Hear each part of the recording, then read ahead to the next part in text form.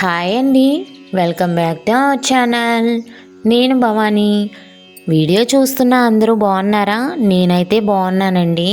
First time మన ఛానల్ని ఎవరన్నా చూస్తున్నట్లయితే సబ్స్క్రైబ్ చేయండి అబ్బా.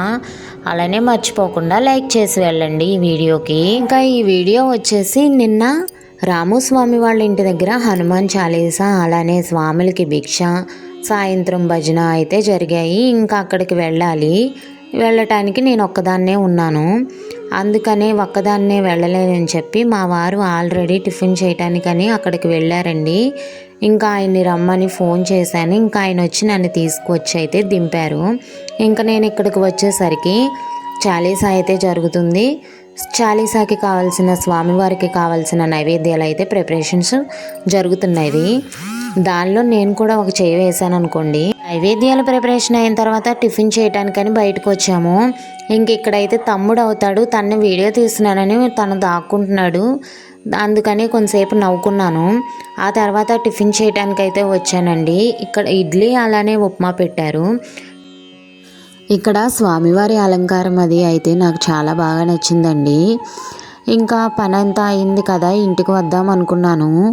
సౌజన్య, త్రివేణి వీళ్ళందరూ అన్నారు, పూలు వచ్చాయని అక్క, సాయంత్రం భజనకి కావాల్సిన మాలలు గుచ్చాలి కదా అన్నారు. ఇంకా సరే ఖాళీగా ఉండి ఏం చేద్దాము, మాలలు అవి గుచ్చి ఇంకా ఏకంగా భోజనం చేసి ఇంటికి వెళ్దాం అనుకున్నా.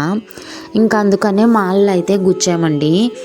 గురుస్వామి గారికి వేయటానికి స్పెషల్గా ఒక మాల అయితే గుచ్చాము. అందరం కలిసి చామంతి పూలు అలానే తమలపాకులు వేసి కొంచెం కొత్తగా గుచ్చుదామా అనిపించి అలా అయితే గుచ్చామండి. నాకైతే మంచిగా అనిపించింది. అందరం కొంతసేపు ఆ మాలను చూసి మురిసిపోయామన్నమాట.